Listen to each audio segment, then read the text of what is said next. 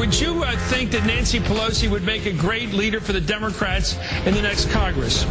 I don't. I represent Middle America. You know Pennsylvania well, Chris. And if you look at the results in New York, Pennsylvania, Ohio, Indiana, Illinois, Wisconsin, that's Middle America. That's the industrial Midwest. And we didn't fare so well last Tuesday. And I do think it's time for a change in direction. If you gauge effectiveness by a willingness to push forward legislation that's not popular with the American people and have literally multiple dozens of members cast politically suicidal votes, then yeah, Speaker Pelosi was effective, but I don't think that's the direction we want to keep going. Welcome back to Hardball. That was Pennsylvania Congressman Jason Altmaier on Hardball Monday. That's yesterday. It looks like Speaker Pelosi will stay on as the House of Democratic leader without a formal challenge so far. The fight is for the #2 spot between Steny Hoyer and Jim Clyburn. But no matter who wins, is it good for Democrats to move forward with the same team? And that's my question to Congressman Anthony Weiner of New York. Sir, is it a smart move to stay with the same team after you've been battered?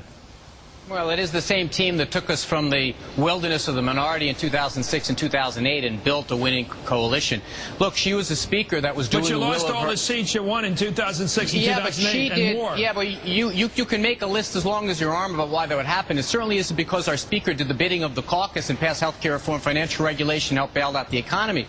Look, the speaker acts on behalf of the body, and overwhelmingly Democrats were saying we want to try to solve these problems. I mean, of all the people that deserve blame here, I think Nancy is the last of them. The president didn't do a good job. The health care took too long. The Senate jacked us up more times than I can imagine. Certainly wasn't Nancy Pelosi.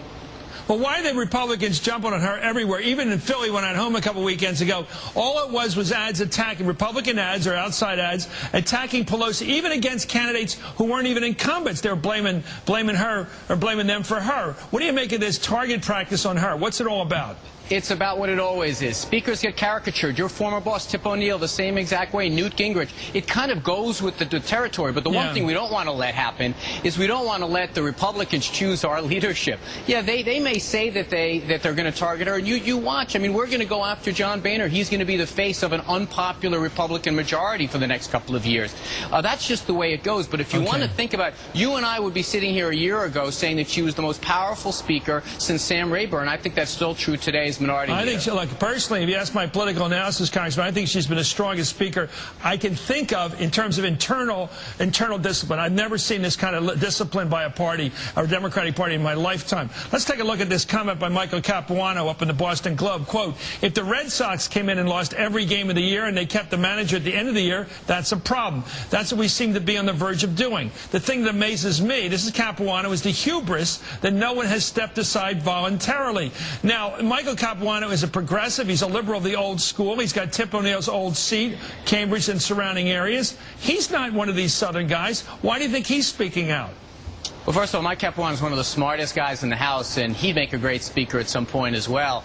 But look, there is this sense that Nancy does have an opportunity, that she should have an opportunity to decide what the terms are that she leaves on. But I just want to make sure it's very clear, and I don't think Mike Capuano would say this either. To say that litany of losses was because of Nancy Pelosi, you could put anyone in that speaker's chair. If they had to deal with the tough hand that she had to deal with this past 2 years, she'd get roughed up pretty good too. And I have to tell you something. She did the will of not only the Congress, but a lot of members of the American people who say the things that we did were necessary.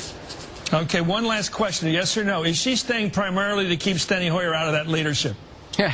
No, I don't believe that's her motivation. You're laughing, but you don't believe that's the real... If she had somebody that she likes succeeding her, would she get out of the way? She's trying to box out Weiner. It's pretty clear. Oh, this is dodging. What is it? I'm sorry. I don't want to dodge your question. You know the inside. Is it primarily she doesn't think Steny Hoyer should be the Democratic leader of the House? Is that primarily why she's hanging in there? No, I don't believe that's his. I believe that she knows the path getting back to being the speaker. I believe she thinks she can do it, and I think she can too.